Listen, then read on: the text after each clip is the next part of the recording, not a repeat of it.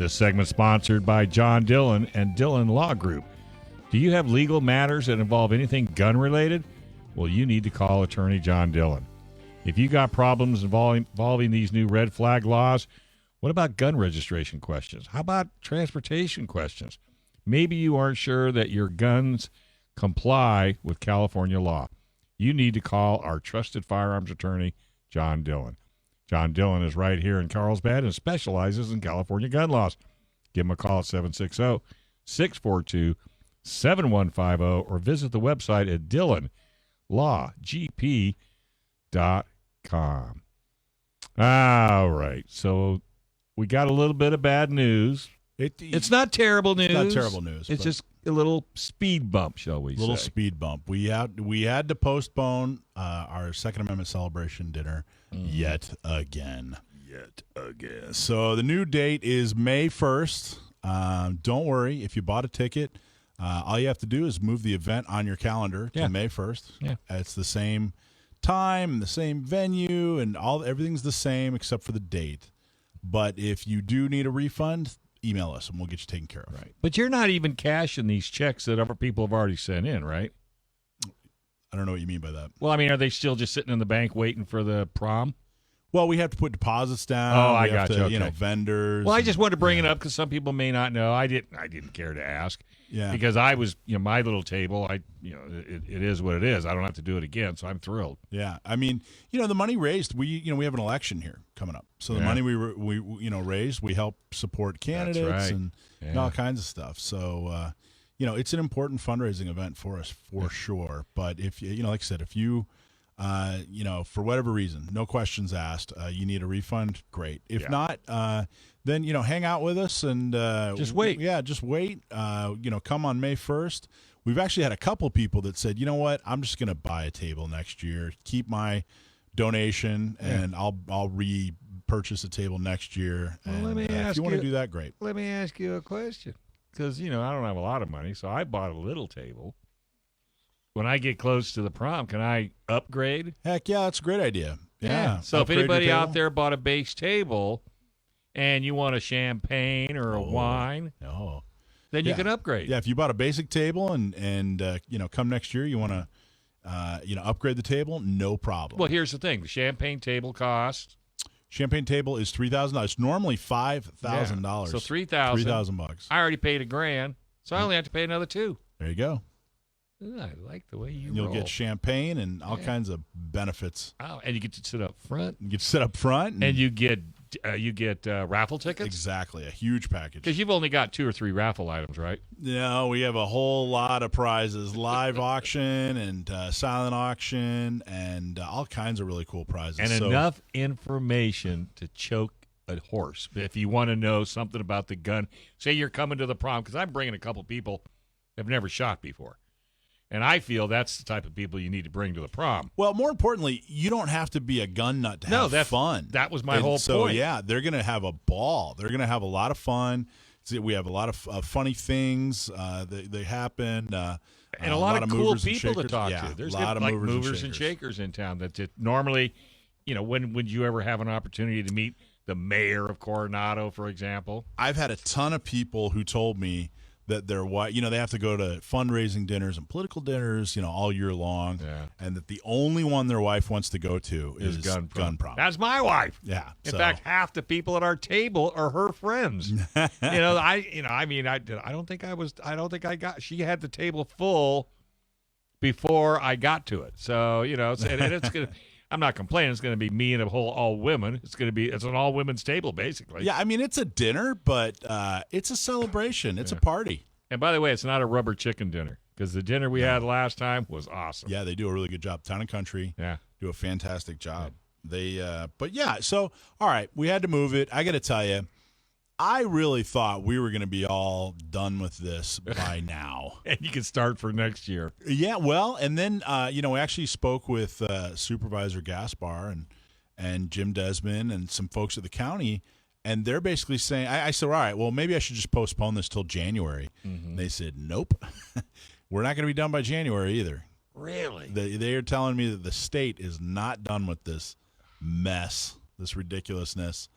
I've been fairly quiet and neutral, but this is ridiculous. Totally, this is ridiculous. I mean, if you follow me on my personal Facebook page, I probably wasn't quite as quiet and neutral, right, Melissa? Right. By the way, Melissa's here with us again. All right, we look forward. You're going to do a product review because Joe Dramisi's out shooting something. Oh, that sounds fun. I think he is. Isn't he out shooting someplace? He is. I think he's at what's the place in Arizona he likes?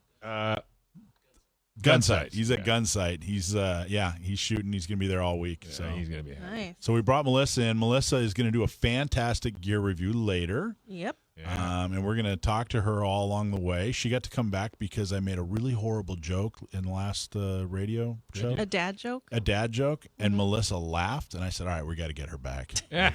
That's right. You did. That was a really nobody else laughed but Melissa. I'm easy. She just wanted to come back on.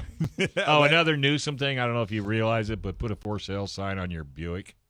Yeah, they're going to get rid of all gas. And it's not over with. He's actually going to shut down propane. I don't even know what that means. Like, I'm on propane. Propane and propane products? Yeah, all propane products, stoves, washer, dryer. Oh, like your house? Oh, yeah. my God. What is that? He's ending it as of 2030, and I just want everybody to know, just because, how often does this happen? And I don't even know if you have it. The governor's phone number is 916-445-2841.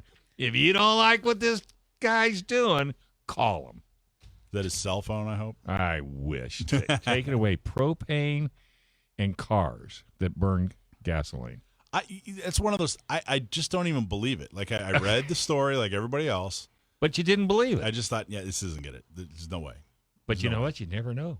In this state, you never know. Well, hopefully we'll make an impact, and hopefully Gun Owners Radio has something to do with flipping California back to a normal state. I hope so. And if you're listening, we're broadcasting over Orange County Gun Owners Facebook page and Riverside County Gun Owners Facebook page and San Bernardino County's Facebook page, and you can always catch us on the podcast services. So we're all over Southern California now, and I'm very, very happy. Just sold a dog to a guy up in Orange County, and he is going to join Orange County Gun Owners? Yeah. Fantastic. I'll be happy to hear it. Because he didn't know where to go. He was totally lost. He says he didn't know anything about it. I said, got just the thing for you. I was just shooting with my buddy Jeff Malik.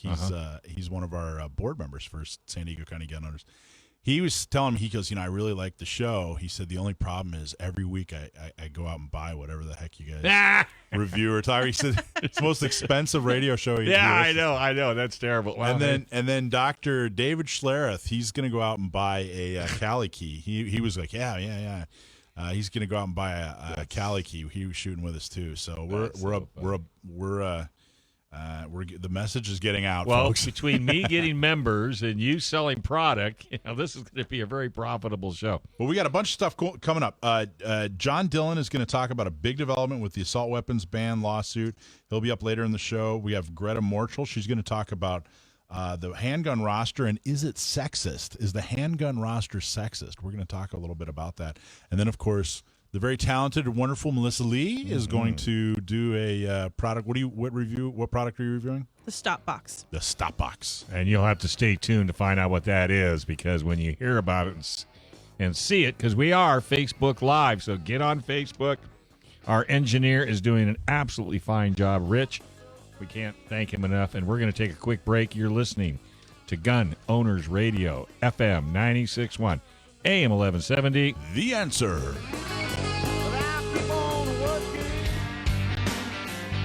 All right, folks. Hey, welcome back to Gun Owners Radio, right here on FM 96.1, AM 1170. The Answer. All right, so what's the best defense for self-defense in those horrible new red flag laws? Firearms legal protection. Firearms legal protection is a legal defense program for lawful gun owners with a 24/7 emergency hotline. Let them provide the lawyer for you. Call Firearms Legal Protection today. That's Firearms Legal Protection at firearmslegal.com, or call them direct at 469-310-9100. All right, Mike, who you got for a guest? Our guest is from Pew Pew Tactical, which, what do you think of that name, Dave? I love it. And I actually like the drum intro better.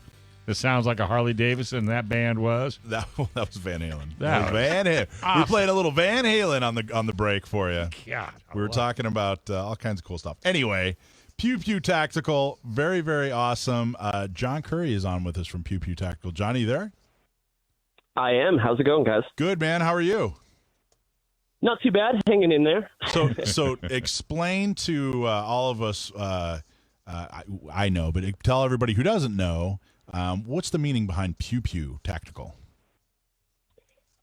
It's sort of, it's super tongue-in-cheek. We're not a blog that takes ourselves super seriously. We like to have fun with the culture and laugh at ourselves because there's a lot of serious blogs out there already, so we don't need to add to that saturation. So but Pew Pew. Also the sound. There you go. Sorry. Go ahead. Oh yeah, it's also colloquially the sound that guns make in comics and stuff like that. That's right. Pew pew pew pew. Yeah, Melissa is pew pewing her fingers at me right now. Now that made more sense. Comic books. Yeah, I'm an old comic book guy. I totally get it. That's like pow and all. Yeah, that's perfect. That's a great name, by the way. And that's a fact. You said there's too many people take themselves way too seriously. I think that's something that the gun world suffers from. Mm-hmm. We all take ourselves very, very seriously, and I think it probably stems from a good place. Everybody takes gun safety very, very seriously, right? Absolutely. But then I think we I think we can all admit that we as gun owners probably take ourselves a little too seriously sometime. And that's one thing I really do like about Pew Pew Tactical is you guys are kind of you're kind of the everyman voice of gun ownership. Yeah, definitely, and that's certainly what we aim for. I don't think that if you're, or rather, if you're doing a thing that you can't kind of step back from and realize at certain points how nerdy or geeky like your particular type of interest in a thing might be, then I think that's a road that leads you to taking yourself a little bit too seriously. So we're all nerds, like kind of, and when we're generally kind of a younger crowd also, and I think that probably a lot of people around our specific age got into firearms and stuff probably from movies or video games, something like that. So we definitely kind of reflect that with the brand, as it were. So what's the geekiest, what's the most geeked out you've ever been when it comes to a firearm? Like what gun turned you into brought you back to being 8 years old again and being all excited about Christmas or whatever? What gun did that for you? Or accessory? I would say probably at SHOT Show earlier this year, or 1,000 years ago, when we were in the Palmetto State Armory booth from, probably 15, 20 feet away. I'm looking at their gun wall and noticed that they have both an AK-74, which I noticed because of the curvature of the magazine is different than a normal 7.62 by 39 mag, and they're doing an AK-103 clone, which, to my knowledge, is one of the first American AK-100 series clones of rifle that's issued to current Russian special forces types. And I'm looking at the stuff from 15, 20 feet away, and I'm like, yo, that's an AK-74. Oh man, I'm nerding out about this. I'm gonna go over there and count the rivets and all that stuff. But yeah, that's probably up there. Yeah, yell out Wolverines maybe for good measure. Yeah, exactly. What about you, Melissa? What's something you nerded out about? What's a gun that you just turned into a total geek? I nerded out on the CZ SP01, and then once I got a hold of it, I was like, this is the Cadillac of handguns.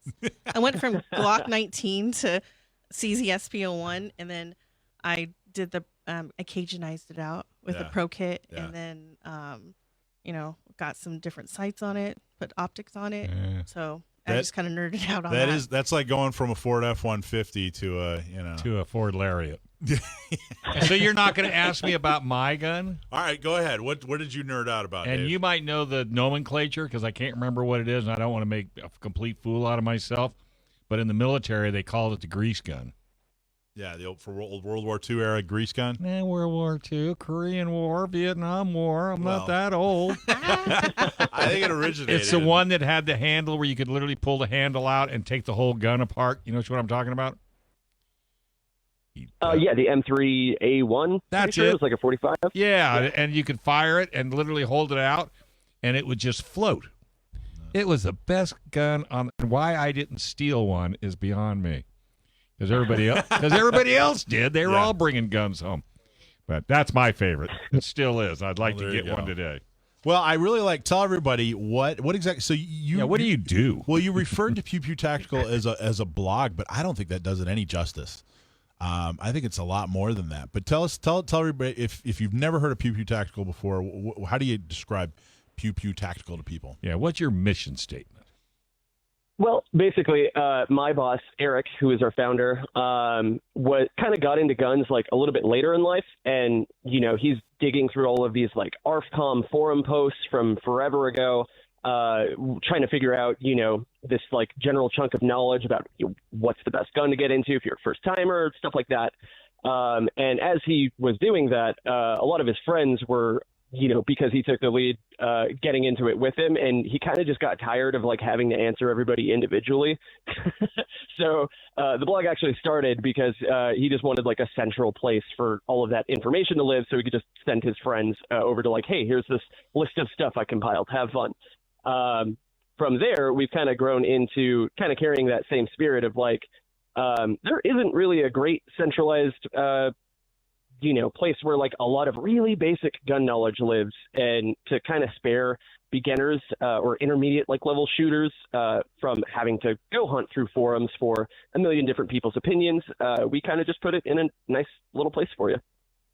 And that you have no idea how needed that was. Even back in, I remember when I started getting into guns as a kid. I mean, after movies, like you said, video games, movies, that sort of thing. But when I started to gain an interest in firearms, and this is in the late 80s and throughout the 90s, there were really two sources.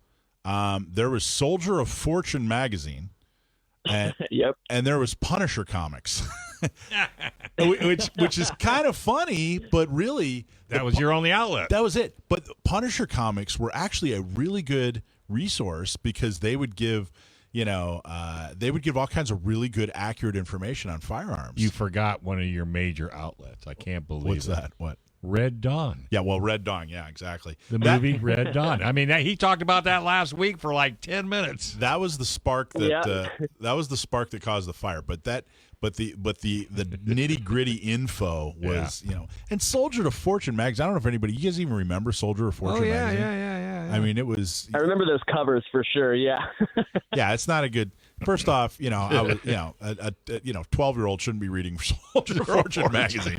That's number one. But number two is not exactly a great, reliable source for firearms. So you guys have really done a great thing, and there's been, in the last 20 years, a resurgence of interest in kind of the everyday gun owner. Not a hunter. Not a special forces guy, but hey, I'm a normal guy that has a normal job and I have a family and I need to know, the best ammo and the best firearm for me and that sort of thing. And I think you guys are, doing a great job leading the way with that kind of thing. Thank you. I appreciate that. Yeah, we definitely, it's a blast getting to do this because we are very much that demographic. So it doesn't feel like, we're trying to pander to a specific audience because it's easy to write when it's just kind of your actual genuine opinion, if that makes sense. Well, what's your role there? What exactly do you do for them? I do all of the social media stuff, and I am one half of our YouTube channel. We've got Johnny out in Tennessee who handles the other half. Because you guys are located right here in California, right? That's correct, yeah.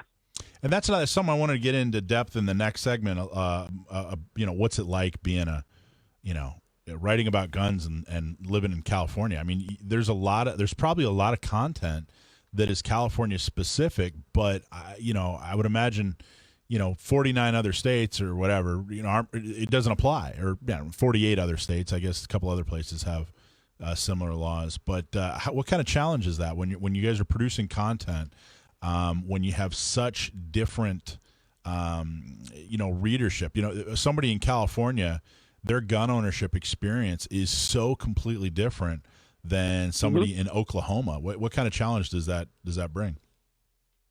Well, obviously with California specific laws, we generally have to think a fair ways ahead when we're planning out like content and stuff like that, just to make sure we've got ammo orders in that we can grab from the FFL. Obviously, FFL wait times are like insane right now. So there's a lot of like very draconian hoops, obviously, that we have to jump through. But some things we just straight up can't get. Some manufacturers, understandably, don't want to strip the gun down into something approximating a California legal build for us to then, make it featureless over here. So there's a lot of we're actually shut off from a lot of things, obviously, that we would love to do. But like I said, we've got Johnny Bragg, 180-second ideas. He is the other part of the YouTube channel, and he's out in Tennessee. So we have like a pretty good workflow where most of the stuff that we can't get in California, we send it his way. And realistically, it doesn't feel like there are any huge gaps in content, but it is obviously still a bit of a struggle. What's the content goal? Do you guys, you post something weekly, or what's the content goal as far as written and video, or is it just kind of, hey, as we create content, it goes out? It's a little bit of both, actually. Yeah. YouTube, we generally put out videos once a week, usually on Thursdays right now. And then there's always going to be a corresponding blog post that is fleshed out, has a little bit more information and links, obviously, because you can't just pop every link into the YouTube description. They get mad if you send people to Brunel's or whatever. Oh, yeah. And then the blog side, we usually do posts every day. And, that skews from reviews or range reports, gear, all sorts of stuff. Okay, so we're going to go to do a quick break, but we're talking with John Currie from Pew Pew Tactical, and when we come back, we're going to talk about body armor, and we're going to talk about ammo. Cool. So stay with us. All right, folks, this is Gun Owners Radio, FM 96.1, AM 1170. The Answer. California assault weapon laws make it almost impossible to own an AR pattern rifle. So what is the solution? Cali Key. Cali Key converts any mil-spec direct impingement AR pattern rifle into a straight pull-bolt action rifle so it can have all the features without being considered an assault weapon. It's a true drop-in solution. No milling, no aesthetic modifications, and no turning off your gas system. Keep your entire AR collection intact at a price you can afford with Cali Key. Check them out today at CaliKey.com. That's KALIKEY.com. We're going to talk a little bit later in the show about how we're trying to put Cali Key out of business, which I hope everybody understands that. We have a assault weapons ban lawsuit happening. We have John Dillon come and talk about that, to where the result would hopefully be that we get the assault weapons ban struck down, so there would no longer be a need for a Cali Key. But in the meantime, Cali Key is wonderful. Check them out, CaliKey.com. They're a great sponsor. Okay, so nobody asked me what gun I geek out on. What gun do you geek out on? Well, thank you, Melissa. That's a great question. That's why you're coming back. Honestly, I'm not a big, I don't get all geeky about guns. I really, truly look at guns like they're wrenches or screwdrivers. I'm partial to some more than others, but the one that really got me was the KSG. Okay. I turned into a little kid on Christmas when I first started playing with that KSG, and then I actually got one for Christmas. But oh my God, is that thing cool? Have you guys reviewed that yet, John? I want to say we have, yeah, actually. I didn't do it myself, but I am almost positive we have an article on it. So we're talking to John from Pew Pew Tactical. Pew Pew Tactical is a very, very cool. Again, you describe yourself as a blog, but I think you're more of an online magazine. An online firearms magazine. Is that accurate, or is that not accurate? Yeah, definitely. I would say, blog is an easy catch-all. Most people understand what you mean when you say it, but it's certainly more than that, for sure. And John's talking to us about all the great things that Pew Pew Tactical has done, including, I guess, reviewing a KSG, which I hope got high marks, because, like I said, that's the only gun that ever got me all squishy inside, Dave. Now there's a thought. I don't want to think about that. I don't either. So one of the things you guys talked about, John, was you guys did an article on armor. Do you remember that article, body armor? And I think it's really very interesting. Body armor is, again, back when I was a kid reading Soldier of Fortune magazine, body armor was a whole different thing. These days, body armor is getting to be fairly mainstream, and there seems to be a lot more of a mainstream interest in body armor. And body armor doesn't mean today what it meant even 10 years ago. Can you talk a little bit about that, the interest in body armor and how it's changing? Yeah, absolutely. I think it's obvious that along with the toilet paper and hand sanitizer and ammo, people started grabbing the things that conceivably would protect you from threats. And body armor is obviously probably the number one there. So, yeah, we've seen a pretty huge spike in sales. Some of the lead times with companies like AR500 who do steel armor, or HESCO, who do all sorts of like different actual ballistic materials, skyrocketed out to 8, 10, 12 weeks. So, even just personally among some of my friends who, during all of, the past 6 months have become gun owners for the first time, they're looking at these lead times ticking up on armor, just, normal like SAPI plates and stuff. And it kind of becomes one of those situations where it's like, okay, well, who knows even what is going to happen in 8 weeks? Like, should I try to, grab something and just get that order in while I can and hope it comes sooner, pick something up secondhand, but there's certainly a lot of people looking for it. And I think it kind of makes sense just given, the circumstances we all find ourselves in right now. Well, from your article, AR500 Armor, a leading body armor manufacturer headquartered in Arizona, has experienced a massive 450% spike in sales since mid-March, right, when COVID kicked in. Correct. Is the thinking that, people are, worried about what's going on in the world, they're worried about, and this is, by the way, this is before all the riots. This was mid-March. That's when COVID started. So that was way before the, BLM riots. So is the thinking, this is just another level of preparedness for people who are worried about, domestic affairs?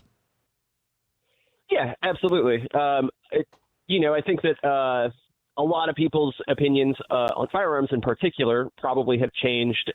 Maybe they've found themselves having anxieties that previously in life they didn't experience. And I think that a lot of people for the first time are kind of have had some of their beliefs challenged perhaps. And opinions on firearms, when you actually kind of understand, I might want or need to protect myself, is one of them. And, I think it's just the other side of that coin. So certainly it's probably not folks that have been doing this for a really long time, but a lot of that traffic is definitely like first timers or people just kind of getting into all of this because of what's going on.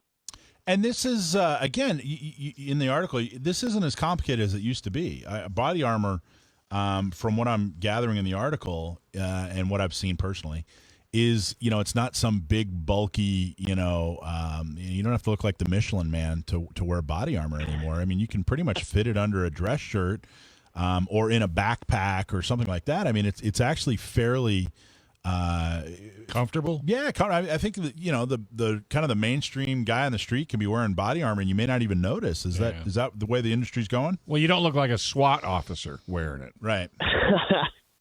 Right. I mean, everything is going to be, a trade-off. So people who are buying, hopefully they're doing research and they're kind of figuring out, okay, if things get really bad, what is the most likely type of threat that I'm going to encounter? If all you kind of have to really fear is, handgun ammunition, soft armor is generally going to be your go-to. Soft armor at this point is super concealable, can be very low profile, like you said, worn under clothing. Anything that is rifle rated is going to be like a hard plate. And there's a bunch of different types of materials, but those are going to be a little bit harder to conceal, but you can definitely pull it off if you're smart about it. But yeah, definitely. It's not the, the walking pile of armor of like the 80s SWAT officer, like you were saying. Okay, but I got to ask, you were doing all this comparison and you threw toilet paper in there? Well, I'll tell you, if you get shot in the body armor, guess what you're going to need next? Yeah. That's good. I like it. That's a good comeback. I was curious. my wife actually has plates. Oh yeah. Yeah, she actually inherited some. It was somebody was unloading some products, and she ended up. They just happened to have plate carriers and plates that were perfect for her size. So no kidding. Yeah. So my adorable little wife has. She clinks and clanks when she walks around. She's bulletproof. She's bulletproof. There you go.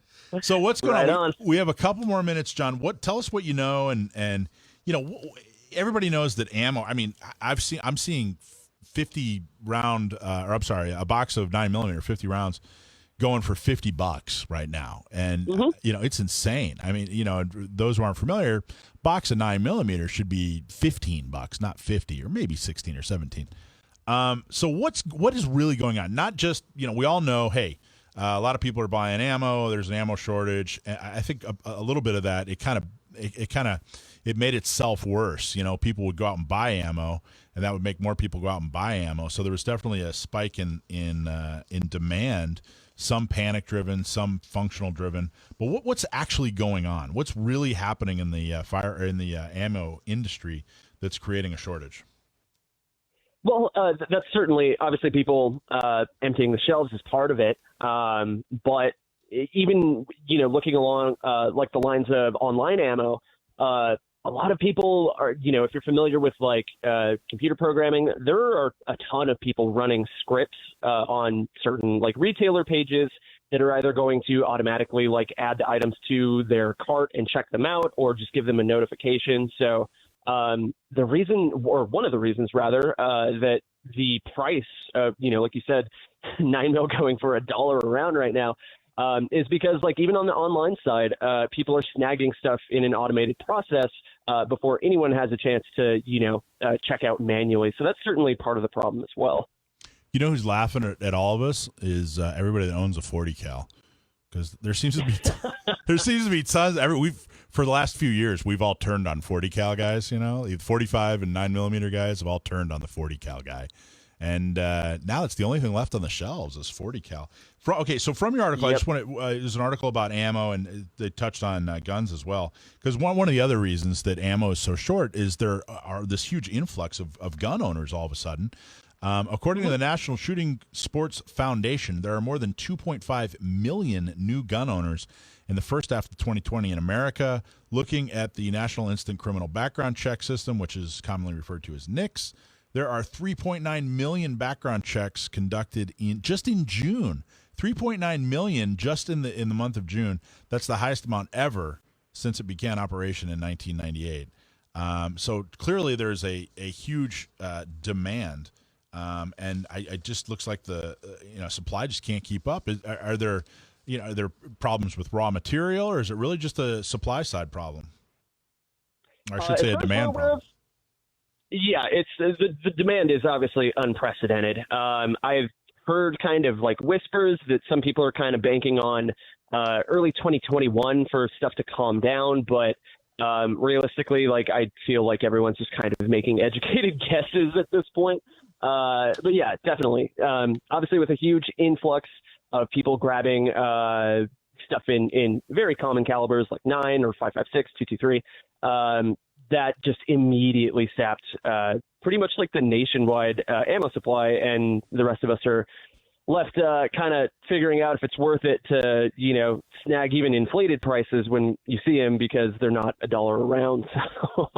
Yeah. Okay. Well, I got to tell you, one thing we've been saying for years is go buy ammo. Go load up. So it is kind of crazy when people are asking me, well, gee, what happened? Well, the thing happened that we've been saying is going to happen for 2 years now. And yeah, exactly. That's what happened. So never be caught without a big box full of ammo. Okay, so we're talking with John from Pew Pew Tactical. John, what should people do? Should we look up Pew Pew Tactical online, or subscribe, or what would you like people to do to get more in touch with Pew Pew Tactical? Yeah, pewpewtactical.com. Like I said, we put out articles pretty much every day. YouTube is just Pew Pew Tactical. You can find us with a quick search, and we do video content every Thursday. All right, buddy. Well, hey, it's been a blast talking to you. Keep up the good work, and I'm sure we'll talk to you down the road. Awesome. Thank you so much for having me, and have a great night. You too, buddy. All right, folks, this is Gun Owners Radio on FM 96.1, AM 1170. The Answer.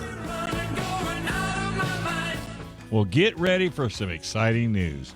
If you've seen the active self-protection videos on YouTube, now you have a chance to train with them. Cover Your ASP Week with John Currie is coming up next March. It's a week full of fun and education for all level of gun owners. There's going to be a webinar and a live fire class for beginners, a happy hour meet and greet for everybody, and a 2-day training session with John. Tickets are not available yet. They will start selling in October. Right now, we're looking for event sponsors. So if you want to put your business in front of Southern California gun owners, you need to email events@gunownersradio.com. This is going to be a great event and a lot of fun, so please don't miss out.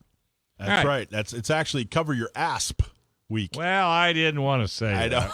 I get a little trouble. But an asp Is a snake. It's a snake.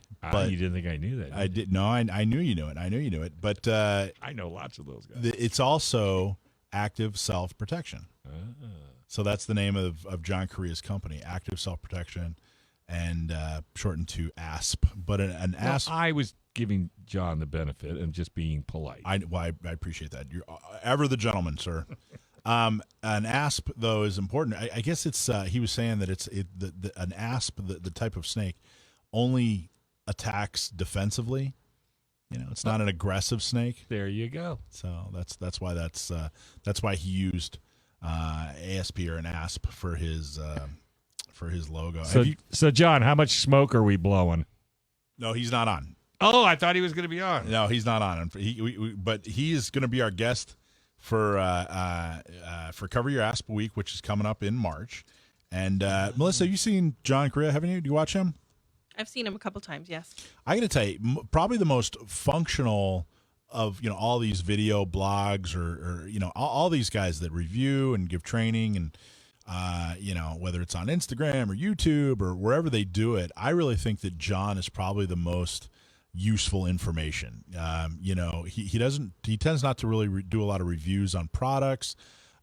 His whole push is that he reviews defensive gun use situations that were caught on camera, and we've had him on the show a couple of times, and he's reviewed something like 30,000 of these videos. 30,000 of these videos. It's a lot of videos. It's a lot of videos, and it really, truly.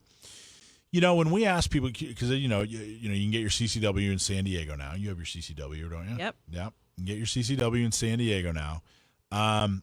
And we talk a lot we give seminars that teach people how to get their CCW in San Diego. But one of the things that we talk a lot about in those seminars, you have to get training. You have to understand a lot. Your whole world changes when you're carrying a firearm for defense outside the home. And it's not so much marksmanship. I think a lot of people think, oh, okay, well, I'm a really good shot. Well, that's not the kind of training we're really talking about. I mean, yeah, you have to be a good shot. You have to be comfortable with your firearm. That's important. But you have to know a lot of things, like where can you go, with a firearm? Where can't you go with a firearm? Since you started carrying, have you ever run into a situation where you're like, oh my gosh, I can't go in there? Absolutely. I'm carrying, and then I got to go to the bank. Well, no, I'm not. I can't go to the bank. Well, you could. But. Well, I don't want to. I don't want to. Have you ever accidentally walked into a place that you shouldn't have done? Because, you don't feel the concealed carry, right? No, I don't. And fortunately not. I've stopped myself with, going to the high school to drop something off. Right. I'm like, oh, crap. It's like forgetting your mask. It is. Dang, I have to go back. I got to go back and get my... But that's the reason why one of these things, these stop boxes are so helpful, because if you had one in your car, I could have a safe place to actually store it. Well, we're going to get to that. That's good. We're helping to set that up. I can't wait, because that's a good topic. It is, but I almost went into I had to go take care of some business at a sheriff's substation. And I was packing, and I thought, oh, wait a minute. So I had to go and disarm and lock it up in my car and do everything I had to do, and then go right back to the substation. And you just wanted to tell the cop, didn't you? No, I did not want to tell the cop. But, all those things are important. But one of the most important things you have to know if you're carrying is when can you pull from concealment? What do you do in this situation? How do you avoid situations where you might have to? Because once you pull, you're done. I mean, now you've got all kinds of decisions. You got all kinds of decisions. So John does a really, really great job of educating people on that kind of thing. So you can actually train with John right here in San Diego. He's coming to San Diego for Cover Your ASP Week. And we have a whole bunch of really cool events and training and all kinds of really cool things coming up. And it's going to be events for all levels of gun owners. So you don't have to be a Navy SEAL. It's not just for beginners, whether you bought your gun yesterday or you retired from SEAL Team 6 yesterday. They're going to have some really good information, or maybe you're somewhere in between. Melissa, you're somewhere in between, right? I'm somewhere in between. More towards the retired from SEAL Team 6 side, but somewhere in between, right? I wish I had that kind of knowledge. So Tuesday, March 16th, they're actually going to do a live web presentation for everybody. So anybody can participate in this live web presentation. Does that cost anything? It's totally. Oh, let's check with the referee. $12. So it's going to cost you $12. For San Diego County Gun Owners members, it's going to be $12. You can participate. It's going to be free for San Diego County Gun Owners. Oh, it's free for members. Well, yes. I'll tell you, I got to be able to read my own writing here. I know. Who's in charge? I did a horrible job on my notes here. Free for San Diego County Gun Owners members, or Orange County Gun Owners members, or Riverside County Gun Owners members, or San Bernardino County Gun Owners members. This is going to be a free live web presentation. If you're not a member, it's $12, and you can sign up on Gun Owners Radio. They have a link to Cover Your ASP Week. And then Thursday, March 18, we're going to do a live fire for beginners class called the Intro to the Armed Lifestyle. And that's where John's going to talk about some of the most important fundamental things that you have to know in order to be, a CCW holder, basically. Where will that take place? That's down in Academy, which is down way south, almost down on the border. You can throw a rock and hit Mexico. But Academy has a really, really nice facility. Indoor shooting range. What time is it going to be? The time to be announced. We're going to announce it. I mean, the training, March 18th, is going to be all day. That's all day training. But we have a number of other really cool events coming up. It's very, very cool. We're looking for sponsors right now. I mean, it's still really early.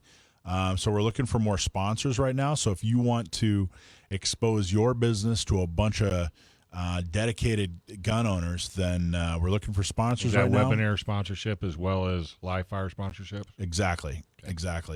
Or both. Ben, we're looking for participants. So if you want to train with John Currie, if you want to get even better than you are right now, if you want to know the laws like the back of your hand, make sure that you don't make any critical mistakes, then join us for Cover Your ASP Week. I don't know if that was a question Melissa had. No, or she was I'm going. I want to go. You want to go? I want to go, and I'm not working that day. I'll be absent that day, by the way. So I'll be there. You're not looking well. What do you mean? Well, you'll have to call in sick. You don't look well. You're starting to look a little peaky. I thought he was talking about now. I'm like, you are so rude. I know. Well, I'm the host. You're on the radio. I'm the host. I can get away. What do you like about it? What do you think? What are you excited about? What are you looking for? Cover Your ASP. I just want to learn more. I'm a Gemini. Geminis always need to learn more. So anything that I can possibly learn. You're a sponge. I am a sponge for knowledge. That's why I have like a craft graveyard at home. Always teaching myself new stuff.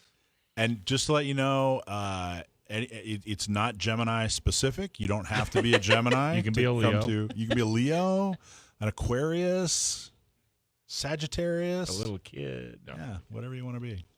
So anyway, that's Cover Your ASP Week. So the best place to go for information is gunownersradio.com. And we're going to have information up there. And we can thank San Diego County Gun Owners for putting this together. Absolutely. San Diego County Gun Owners, we're going to send it. That's the point of joining San Diego County Gun Owners for events just like this. That's one of the big points, one of the perks. Absolutely. Yeah. So we're going to send out information, make sure everybody knows. But we thought this was a really good idea. Rich put all this together and worked with John Currie on it. John is a big fan of San Diego County Gun Owners. If you do watch his videos, you'll notice about every 10th video he's wearing a blue polo with the San Diego County Gun Owners logo on it. So that's most effective marketing I've ever given him a free polo. A walking billboard. That's right. But John's wonderful. Great information from John. Cover Your ASP week. Gun Owners Radio, San Diego County Gun Owners. It's going to be a great time. It's going to be really a lot of fun. That really is another big goal. What we're trying to do is make things fun. Right.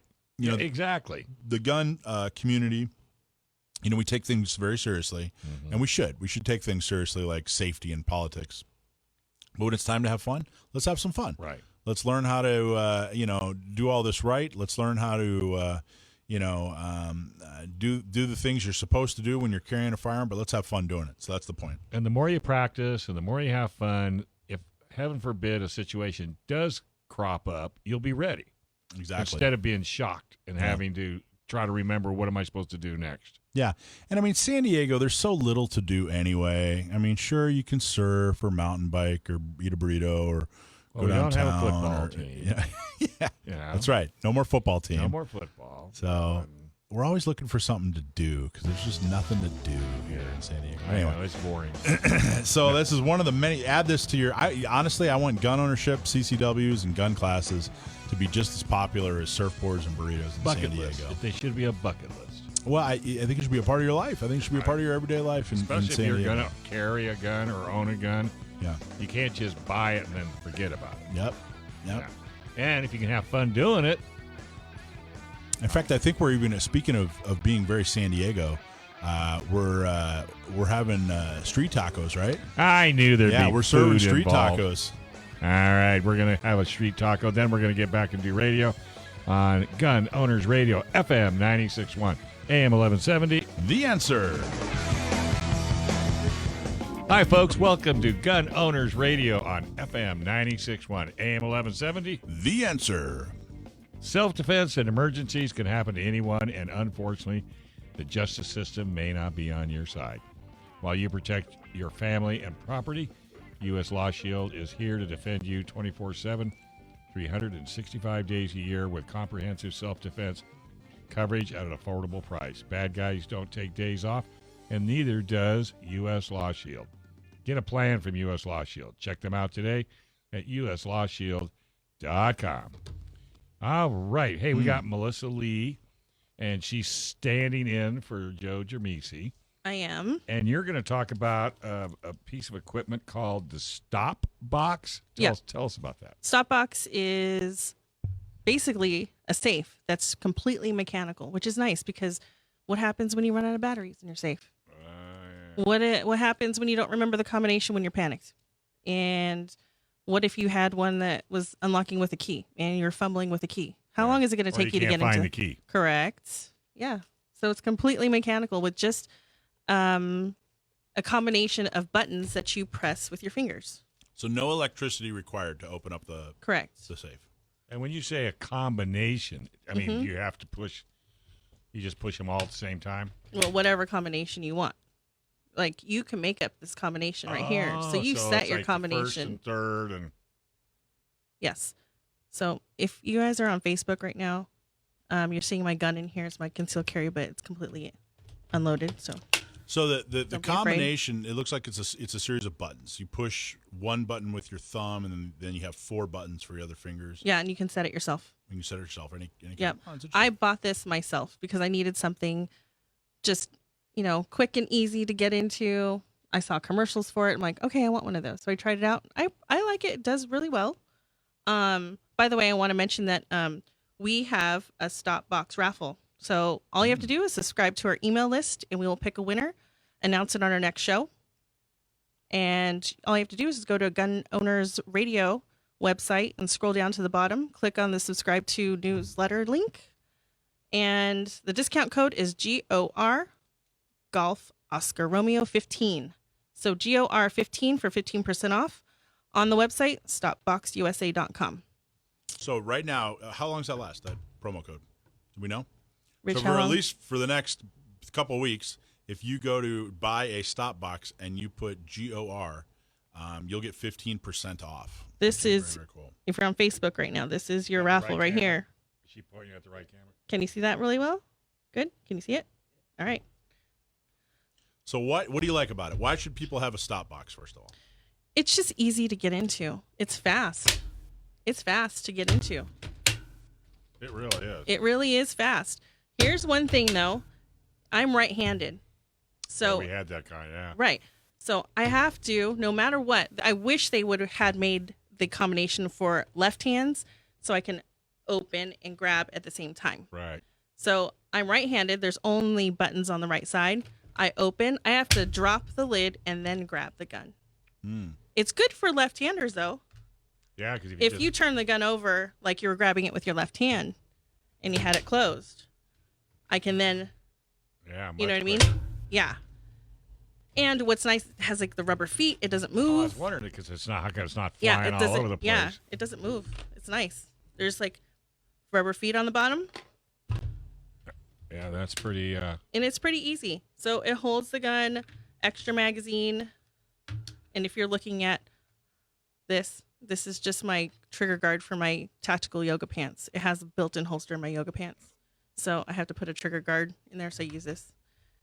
Yeah. So how do you secure it then? Do you screw that into a... No, isn't it for your just nightstand? I can use it for my nightstand, put it in a drawer. I actually put it in my drawer. And then also, I just bought this the other day. It's just like one of those cables. So I wanted to put it in the car. So we can attach this cable and then put it in the car. So I can attach it to the seat of the car and put it underneath the seat if I need to. So what's the other end look like? Oh, just a little. It's just a loop. Carabiner. Yeah. So that works. This is actually separate. The cable lock is separate that you can attach to it. Yeah. But it doesn't take up any room inside of it. It's really nice. Yeah, but they have a place for it. At least. Yeah. They're giving you that option if that's what you want to do. Yeah, that just came in the other day, so I'm working with it. What that cable cost you? Just out of curiosity. $9. Wow. Yeah. It was and inexpensive. Is it made for this, or is it just it's made for all of these types of boxes. So there's that little tiny hole in the bottom. Yeah. To make That's really to fit it in. But yeah, I like it. That fulfills a police officer's requirement. It's a locked box. That the gun is safe. Right, Michael? Yep. It's a locked box. Yep. So okay. I can put it in the car and attach it to the car and have something to put my gun in. Say like I need to go. Maybe you have to go into the police department. Yes. Can't take it in there. That was a Michael story. Yeah. What kind of knucklehead would go into a police department packing? Yeah, right. So how much does that cost? How much is a Stopbox? It was $89, right? $89. That's not bad. That's very, very, very competitive. Yeah. And then how much off we get for 15? 15% off $89. That's I can't do the math. That's like don't ask me. $14 or so. I don't fulfill the Asian stereotype of I'm good at math. I'm really bad at math. So it's like $14 off the $89 price if you put in the promo code GOR. 15. Yep. And how are you going to use this? Are you going to use this in your car then? Now that I have the cable, I will put it in the car. And what's nice about it, I can leave this in the car, just open this, just take this in the house. Right. And that's where you've actually been keeping that in your nightstand. Yes. I keep this in the nightstand. Right. Wow. Yep. For under $100. What a great... no external keys, no electronics, no batteries. There's no failures. And it makes all the police departments happy. It does. You're being legal. And that's the main thing, because you don't want to be that guy or that girl. I just wish that it had that left-handed opening and the buttons on that side. Have you talked to these people? I have not, because I was just watching their video. I'm like, I saw something and said, oh, great for left-handed, grabbing. I'm like, it is great, but so you have want my... you have homework now. Yeah, I want my buttons. Hello, Stopbox, can you make it with the buttons for the left hand? You got to call them tomorrow and find out what's going on. Let's do that, because I think that would be useful. It does come in different colors, too. This is black. There's, like, gray, OD green, FDE. So if you want to be... really cool. Yeah. Stylish. Yeah. So I do like this box. This box is really helpful, and it's secure. It holds everything that I need in it. And I've tried different firearms in here, and it actually does work. The foam is pretty compliant. Yeah, it's pretty pliable. Right. And that'll keep it away from kids or Yep. And Strangers. And that's probably something, if you Husbands. have one of these, that's probably something else you should practice with as well. I was just thinking about that. I was like, people dry fire, Yeah, their so you should firearm. You practice probably opening should this. dry fire, not dry fire, but And do it practice at night with all the opening lights it. off. Doesn't have to have a gun in it. Just that's have the all thing. The lights Like off. you can totally do this with your eyes closed. As long as you have that, If you know- combination, it's a feel. You Yeah. don't have to do anything. I don't have to look at anything. So you don't have to push one button before the next button before the next button. It's just a combination of. And it's like all at the same time. So it's almost instinct. As long as you know that code, it's almost instinct, and you can just do it with your How eyes many closed. buttons are there? 4 in the top and 1 thumb. Oh, the thumb is the kicker. I'll bet you. Mm-hmm. Yeah. Yeah. So I love it. I mean, I like it. I just want those buttons. I would rather have these buttons for the left hand. Well, I think that's an awesome product. And how do people find it? Stopboxusa.com. And make sure to use that code GOR15 for 15% off. Yeah. What the hey? Go for it, folks. Yep. It's another reason to listen to Gun Owners Radio on FM 96.1 AM 1170. The Answer. All right, folks, welcome back to Gun Owners Radio, FM 96.1, AM 1170. What was that? My mic's not on. There, it's The on. Answer. You just didn't think it was on. You didn't even know. Hey, PRMI Mortgage, folks. You need to go to PRMIRES.com/Alpine. Why? Because home mortgage interest rates have dropped. And if you're looking to buy or refi, or if you're considering a reverse mortgage, call our local mortgage guy that you can trust. Call Chris Wiley at PRMI Mortgage.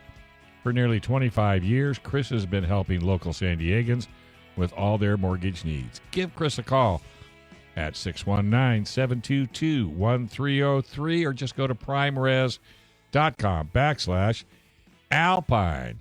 All right, hey, we have got the busiest lawyer in San Diego County, if not California. His name is John Dillon, and he's got some great news for us. Hopefully it's all positive. Hello? I think. Hey guys, how's it Hey, going? what's up, John? Yeah, we didn't mean to wake you. What are you doing? His mic wasn't on You either. know, it's just the sound of your voice, man. I know, it's memorizing, isn't it, though? So how you doing? I know you've been busy as you know what. Yeah, no, there's a lot of stuff has been happening recently, and so I thought it'd be a good idea to come on here and give the listeners an update. And again, for once, it's some good news. Well, we're listening. All righty. So this has to do with the Miller v. Becerra case, and this is the case where it is a Second Amendment challenge to the state of California's Assault Weapon Control Act. So this is our lawsuit that challenges all the laws surrounding, the state defining certain firearms as assault weapons if they are semi-automatic and have any number of, what we like to call evil features, like a pistol grip, adjustable stock, a flash hider. So, if you have a semi-automatic rifle and it has a pistol grip or a flash hider on it, it's magically deemed an assault weapon under California law. But if you take off that little plastic grip and change that flash hider to a compensator and fix your stock, it magically becomes a legal weapon, even though the gun hasn't actually changed at all. It still fires the same bullets. It still has the same rate of fire. All the mechanics and everything about it function the same. So that's kind of what we're dealing with. These, overbearing laws, they address rifles, pistols, shotguns, and now another separate category of firearms. So we have assault weapons, which classifies assault rifles, assault shotguns, assault pistols, and assault firearms. So this case has challenged that. And we got to go back a while because with all this COVID stuff, it's been we've had somewhat of a pause on all these cases going for a little while now. But back in January, February of this year, the plaintiffs, we filed a motion for preliminary injunction. While that was going on, the state actually filed a motion to dismiss. They were trying to claim that we lacked standing to challenge certain penal code sections in the Assault Weapon Control Act. And now, if you don't have standing in a case, that means you can't file the case. You can't complain about it. You can't challenge it if you don't have standing. So if the state was successful on their motion to dismiss, it would have dismissed a number of sections that we challenged with the Assault Weapon Control Act. So what was their before I go any further? What was their reasoning? Why did the state? What was their argument, or what did they try to say? To convince the court that there was no standing. Yeah, so there's a lot of sections that were involved in the penal code, because remember, the Assault Weapon Control Act, it's composed of a large number of different penal code sections that cross-reference each other, and also encompasses a whole list of regulations from the California Code of Regulations. So there's a bunch of laws. It's not just one little line on in the law that we have to deal with. And the state tried to argue that there were certain sections of the penal code that just we didn't apply to. For example, one penal code section, states that assault weapons are considered a nuisance if you were to illegally have one, or another section regulated assault weapons through inheritance. So if you were to be inheriting, or someone tried to inherit a registered assault weapon in California, there are restrictions on that. Or if you're importing an assault weapon because you're moving into California, what are the regulations and restrictions that come with that? So they tried to argue that because the individual plaintiffs in this case didn't we didn't have a plaintiff moving into California with a registered assault weapon, or an assault weapon by definition, that we can't challenge that section of the law. Does that make sense? Oh, sure. We're right on top of it. Yeah, so there's a couple areas. It was all technicalities, nuance kind of stuff that, they just tried to get rid of as many different areas of the law that they could as fast as they could. But we got some good news just last week. The court actually denied the state's motion to dismiss entirely. So all of their arguments, the court said, nope, I don't agree. I believe that the plaintiffs have standing. And the court found that we had standing based on all the claims that we've brought up, in large part flowing from the criminal penalties that you face if you violate any of these assault weapon regulations. When we're talking about, messing up, putting the wrong grip on your rifle, or, putting a flash hider instead of a compensator, or, not transporting your, registered assault weapon properly, there are felony punishments that come with all of this. This isn't, a slap on the wrist infraction. Hey, just, put on the right plastic grip with a little fin on it and we're okay. No harm, no foul, on your way, citizen. These are, significant felony charges that come along with any violation of these regulations. Just possessing an assault weapon, like I said, if you have the wrong grip attached to it, by accident, because, let's face it, these laws are very complicated. If you have the wrong grip on your gun, you can get a felony for just possessing it and having the wrong grip on it. So the court said that, in all of this stuff, when it comes to the Assault Weapon Control Act, the fact that there are major penalties associated with, having the wrong configuration of these firearms, they're standing, and they're standing for all the plaintiffs for all the claims. Do you think the state, is this just something you have to do? Or, I guess what I'm asking, do you think the state actually believes their own, BS? I personally ask myself that question a lot, because a lot of times I'll read an argument from the state, and we talk to the attorneys that are involved with the Attorney General's office and throughout these cases, and there's times where I'm like, I can't fathom someone actually believing what the state is spewing out. That's a personal feeling that I've had when I've read some of the state's arguments, but you never know. They write it on paper, and that's what they allege. So I guess we have to assume they believe it. They write it on paper, and that's what they allege. That's it. If they can write it, they believe it. But is this something they do? Would you have been surprised had they not, done this. I mean, it seems like it's something they just kind of have, they go through the motions and they have to at least say that they tried to get the case dismissed. Yeah, I mean, as a defendant in a case, they're going to try to, every mechanism that they can to get rid of this case as fast as they can. That's the attorneys on the defendant's side, the state side, that's their prerogative to get rid of this case as fast as they can and win. So, it's not surprising that they brought a motion to dismiss. They're doing their job as attorneys, and we're doing ours.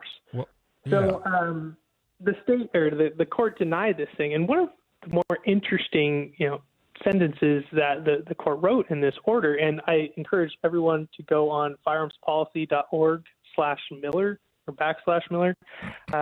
You can look at all of these documents. They're uploaded on Firearms Policy Coalition's website, so you can read them yourself if you want to, and you can follow along with updates and all that. But one of the great parts in this order is after the court is talking about all the various penalties that can, be slapped on you for, messing up and having the wrong configuration of firearm, is, quote, the result is that any law-abiding citizen may lose his liberty and, parenthetical, not ironically, his Second Amendment rights as a result of exercising his constitutional right to keep and bear arms if the arm falls within a complicated legal definition of a, quote, assault weapon.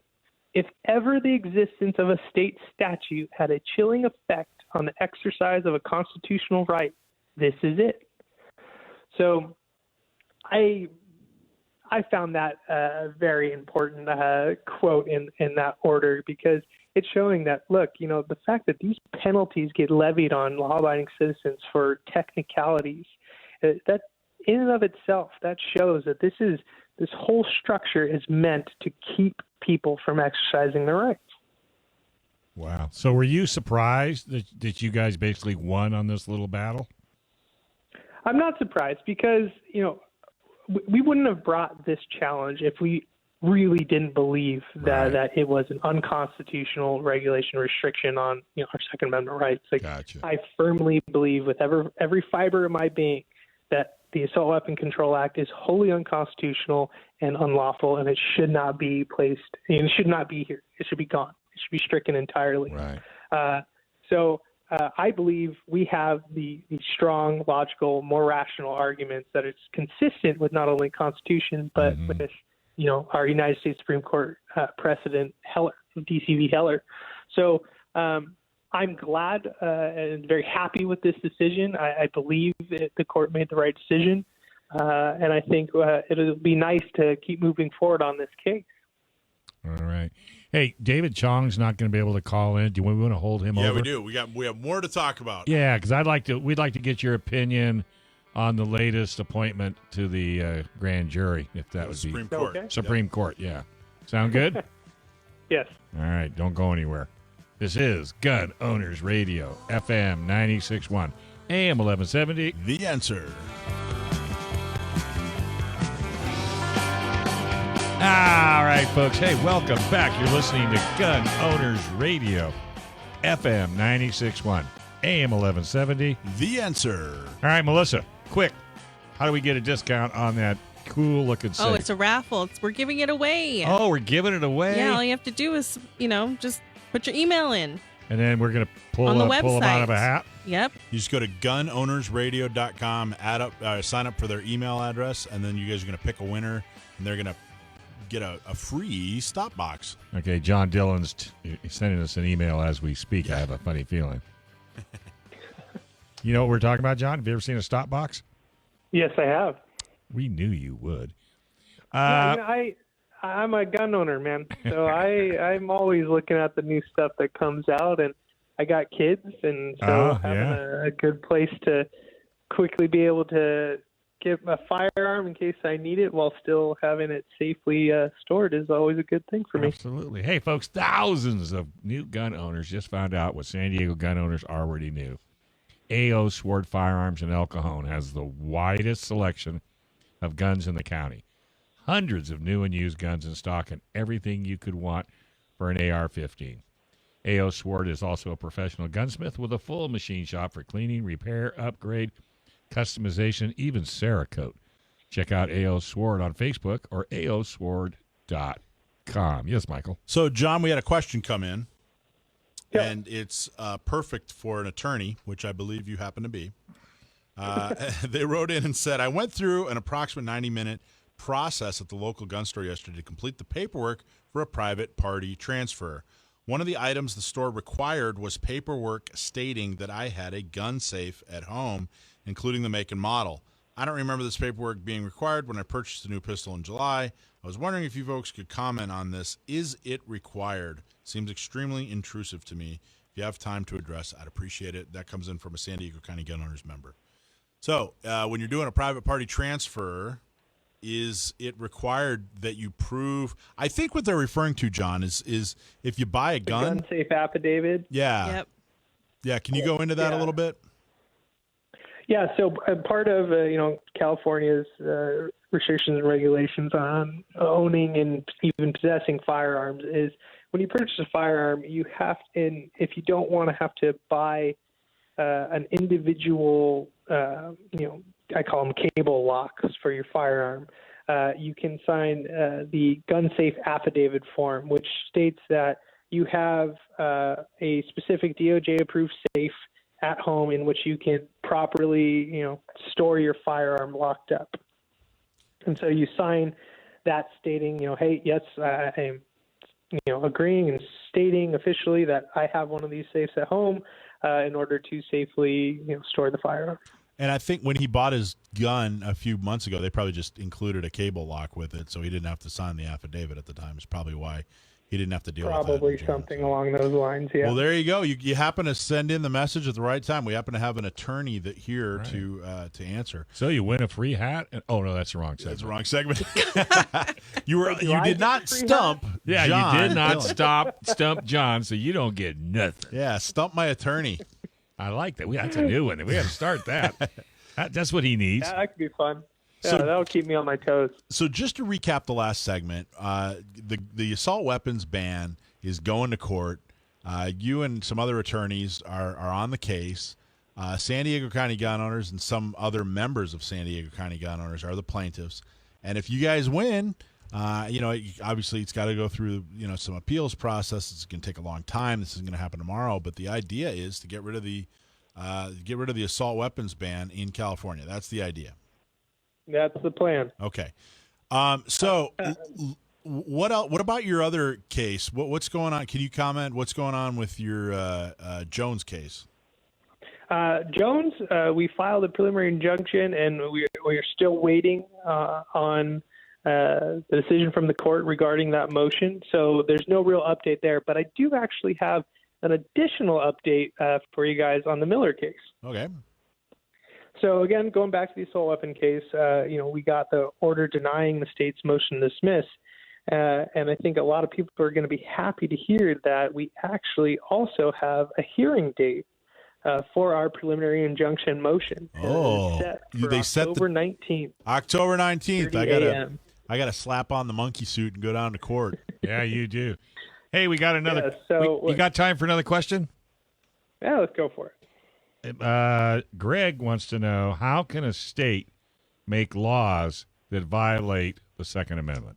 Well, that's the $1 million question, isn't it? Yeah, that I could probably sit on this phone and talk to you for 48 hours straight on all of that. But that's the whole argument. It comes down to, we have the Constitution. I feel that it was pretty clear in what they wanted when they wrote those amendments. Not only the second, but the Bill of Rights, in my opinion, is pretty clear. And he says, why can I own a gun in one state and not another? That's again. Now we're jumping into the 10th Amendment with states' rights and federal regulation. Yeah. There's all sorts of stuff, and we can do a long talk on that. Right. But essentially, this is it. The government is, they're doing what they do. The government tries to seize more power, seize more control. And that's why we have the Constitution. That's why we have the Bill of Rights. They're negative rights, meaning they are restrictions on the government. They're not restrictions on the people. And I think people need to be reminded of that. The Bill of Rights was to tell the government, you are not going to be doing this to the citizens of the United States. And it's not something that said, hey, the government's giving you the right to bear arms. That's not how this was written. It was codified pre-existing rights, is what the Constitution, the Bill of Rights really, intended there. So that's why we go to court. That's why we're challenging this stuff, because we believe the government's overstepped, and we're going to hopefully be able to push them back. So speaking of the courts, one thing we wanted to get your feedback on is Trump is looking to appoint Amy, I hope I say her name right, Amy Coney Barrett to the Supreme Court in place of Ruth Bader Ginsburg, who passed away a couple weeks ago here now, or just over a week ago. What do you know about Amy Coney Barrett, and what are your thoughts on her, and do you think we can get this done before November? Yeah, so I first of all, I think, just add one more thing to just cause both the left and the right to want to kill each other over the nomination and, the affirming of this new judge to the Supreme Court. It's going to get interesting if it not already has. But, so we have Trump nominated Judge Barrett, and, from everything I've read, there's really nothing you can say against her. She's definitely qualified. There's no question about that. And the president has the full authority to nominate a judge for a vacancy, and it is the Senate's job to confirm or deny that nomination. And there's nothing in the Constitution that states that you can't do it in an election year. And I know people are going to fight tooth and nail over that process and, whether or not it should be done before the election. But, there's nothing in the law that says you can't do it. Well, they're already attacking her for being Catholic, which is unbelievable. I mean, it's not like, it's fairly mainstream. This is America, and we are a bunch of people that come from all different ethnicities, backgrounds, and religions, and we are free to exercise those religions. So I don't care what religion you are. If you're applying the Constitution and applying the law as it should be applied, I have no problem.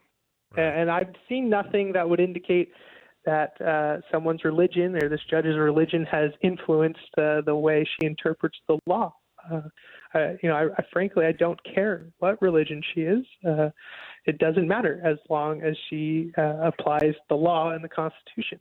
But see, I don't think the left cares. They don't care what the situation is. People that are going to try to make all sorts of claims. Yeah. And the fact is, we have the checks and balances, and, she's a qualified judge, sure, federal judge.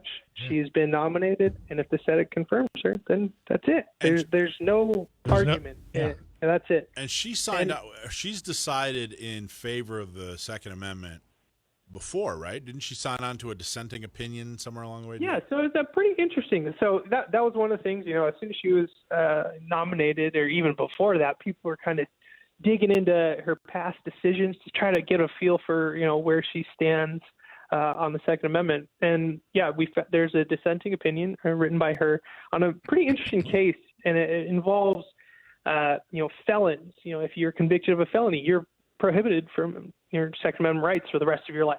It's a lifetime ban. And there was, I think it was a couple of individuals that challenged this and basically said, look, I was convicted of a nonviolent felon that had no, victim. I didn't hurt anyone. I didn't threaten anyone.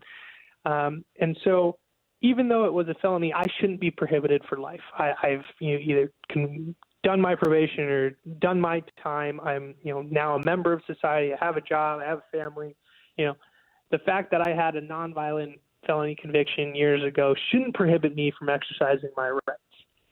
And she, the courts actually, denied that case and said, no, we're going to uphold the fact that you're prohibited. And she wrote a dissenting opinion saying, look, the fact is that there's nothing to show that these people that were convicted of nonviolent felonies, that they're a danger to society. And, one of the things about the Second Amendment, this is a deeply enshrined right for everyone in this country. And, to strip someone of that right for life, that's a big deal. And, I like the way that dissent was written. It challenged law, and it didn't just kind of paint the broad brush and saying, oh, if you had a felony, then, you're banned for life. And, for the people that, kind of eyebrows raise up when they hear about a felony conviction, you got to think about how many laws are in place right now. It is so easy. Every single day, we all go outside, we all break a law, whether we know it or not. There are so many laws in the books. Every one of us breaks a law every single day. Yep. There's no question about that. And we got to ask ourselves, is it right to strip someone of a fundamental, inalienable right for their entire life, regardless of if they've paid their debt to society, regardless if they've performed their life, and regardless if they never hurt anyone, never did anything to, cause a victim type thing. So I think it was well reasoned. And, the fact that that's a very tough subject to deal with. No one likes, the subjects with regard to felonies and felons, and people try to shy away from that stuff. So let me ask you one last question before we let you go, because we've got a minute or two. What do you think about this deal with Bloomberg paying to take all of these prisoners out of jail so they can vote? I think the funniest and most ironic thing that could happen is they vote the way Bloomberg doesn't want. I don't know if they had to sign a contract that says, oh, now you paid this, I got to go vote the way you want me to. I think it'd be hysterical. But isn't that illegal? Isn't that illegal? That's like paying for votes? I haven't looked into it. Yeah. I honestly, what? At this point, there's just so much going on that to try to delve into all that, it'll make your head numb. All right. But let's just hope for the irony and that he just pays for his side to lose. I hope so, too. It'd be the best. All right, buddy. Folks, John Dillon, that is the man if you ever need law. And thanks for hanging for two segments. Tell your wife we owe her flowers. Sounds good. All right, we're going to take a quick break.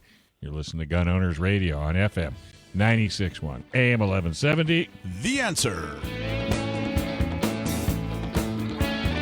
All right, well, welcome back. And don't forget, it is thanks to our sponsors that we get to broadcast and bring you the best 2 hours of Second Amendment content in the nation. So please, right now, check out the website at Attorney John Dillon, U.S. Law Shield, Firearms Legal Protection, A.O. Sword and El Cajon, PRMI Mortgage, and get yourself a Cali key.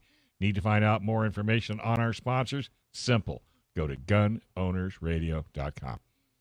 Well, it's kind of a sad afternoon.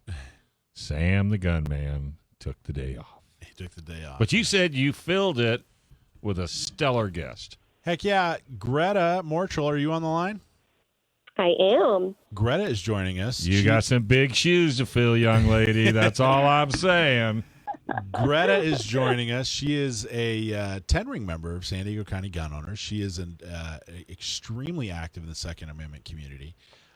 Very accomplished and very talented when it comes to shooting and teaching and everything having to do with guns. So I invited her on the show today to talk about sexism.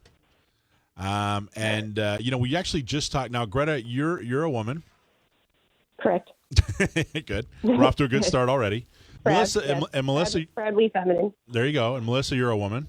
Yes, last I checked. And we just talked about how they're trying to keep a woman off the Supreme Court. How does that make you feel, Melissa, when President Trump's trying to put a woman on the Supreme Court and they're attacking her every which way to make sure that she doesn't get on? How does that make you feel? It's sad. And to be honest with you, I'm not the face of feminism. I feel like just put someone who's good, and I don't care what sex they are. Just put someone who's good. There you go. I'm not about like you need to put a woman in. It's like, no, just put someone who's good in. Well, there you go. And Greta, I know that you're a big fan of his Supreme Court pick, aren't you? I am, but again, it's for her accomplishments. don't tend to lean toward genderism. I mean, I want who's good at the job. It's not about that. Well, perfect. Okay, good. Now, what we're going to talk about is the roster, though. I want to touch on that a little bit. We wanted to talk about the roster, the handgun roster, the safe handgun roster in California, where basically, in order for a manufacturer to sell their gun through a dealer in California, they have to put the pistol through a series of tests, which they did for years, not a problem. But then they started adding these other requirements, and one that is quite literally impossible to accomplish is the microstamping, which basically means that the firing pin has to microstamp a code onto the brass, so that when the brass is ejected, they know which gun the brass came from. That sounds like a great idea. That sounds like, CSI Miami, and it sounds wonderful. But the reality is it's impossible to accomplish. So one of the guns that so if you can't pass that test, you can't sell your gun through a dealer in California. Period. End of story. No workaround. That's all. And it's turned into what I call a de facto gun ban. In effect, we have pistols. The only pistols we can buy are 50 models that are 15 years old, because you really can't add new pistols. One of those pistols, and by the way, San Diego, you can now get a CCW in San Diego for the first time in decades, which is fantastic. A lot of people, a lot of women, a lot of men are going out and getting their CCW, but there are very few carry options. There are very few pistols that are small enough. But one of those that you cannot buy in California is the Smith & Wesson Shield EZ. Now, Greta, tell everybody tell everybody a little bit about the Smith & Wesson Shield EZ. Well, first, I just want to say that I do find it glaringly ironic that all these California laws passed under the guise of gun safety, like the roster and even Prop 63 and the assault rifle definitions, actually make illegal the very attributes that make using them safer and easier. That's the irony. The EZ Shield, I mean, what's great about it is for women that are weaker or have arthritis or even senior citizens. I mean, it's not only sexist, it's actually ageist as well, because they want to protect themselves. And some of the handguns, it's really hard for them to rack it back. They can't. They just don't have the strength for it. And then even loading a magazine. So what they did for the Shield EZ is they put little tabs on the magazine that helps release that tension so that they can load it easier. They also have the safety is in the grip, so they don't have to kind of wrap their arthritic finger around the hinged trigger. They do that. And plus the slide is a lot easier to move. It's a lot lighter. So the Smith... Because normally... Go ahead. So the Smith & Wesson Shield, EZ, the Shield is actually, it's a very popular carry gun. A lot of people who get their CCW, Melissa has one right here. It's one of the few options. It's very reliable. It's very easy to use. It's very comfortable. Fits nicely in their hand. It feels good. But then when they try to actually operate it, it's pretty tight. It's a tight gun, and it's hard. Even for me, every time I go to use mine, I'm like, wow, I forget how tight that is and how hard it is to rack that thing back. You think it's going to break in, but it never does. So the Shield you can get all day long in California.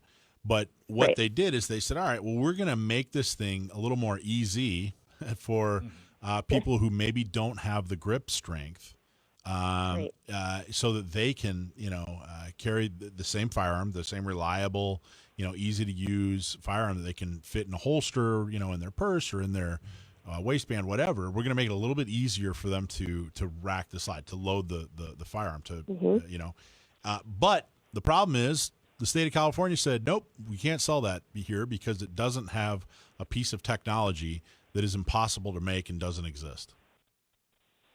So where does that leave? Now, you do a lot of teaching, for especially women. I don't teach. I'm not an instructor, but I do host and I do mentor with the Not Me SD and try to organize some additional classes for them. But I do not teach. I'm not an instructor. Not a professional instructor, but as a hobby. You're a mentor. Yeah. Right. So where does that leave a lot of the folks that you work with or see or know who want to have a firearm that they can easily operate? It's hard. I mean, I go there with several guns for them to try. I mean, with all the usual suspects, your Glocks and your Shield, and I've struggled with some of the women that are older and weaker, or, I mean, you'd be surprised. I mean, they have arthritic hands that just don't wrap around those handguns as easily. And the ones that I want to recommend and that are popular on like the Facebook Shooting Sisterhood, you always see the same recommendations, and they're ones that we can't get in California. Yeah. The Shield Easy, they're going to ask for. They'll also ask for the SIG P365, the Springfield Hellcat, for reasons that they're smaller. Don't forget, we also have a smaller frame. We also want to look for guns that we can protect ourselves with a nice amount of rounds, but be able to conceal it on ourselves. We have to think about that. I mean, if the Duncan case showed us anything in the arguments, it's that it really does make a difference how many rounds you have if you read the arguments. The Duncan case on normal capacity magazines that Correct. CRPA and NRA are doing. The guns that are on the roster for us that are going to be small enough to conceal, we're going to get like 6 rounds, and it's smaller. Or you can try to have a gun that you're not going to be able to handle as well, or you're not going to be able to conceal it as well. Don't forget, we dress differently. I mean, as much as I don't like to talk about gender differences, I'm also very proudly feminine.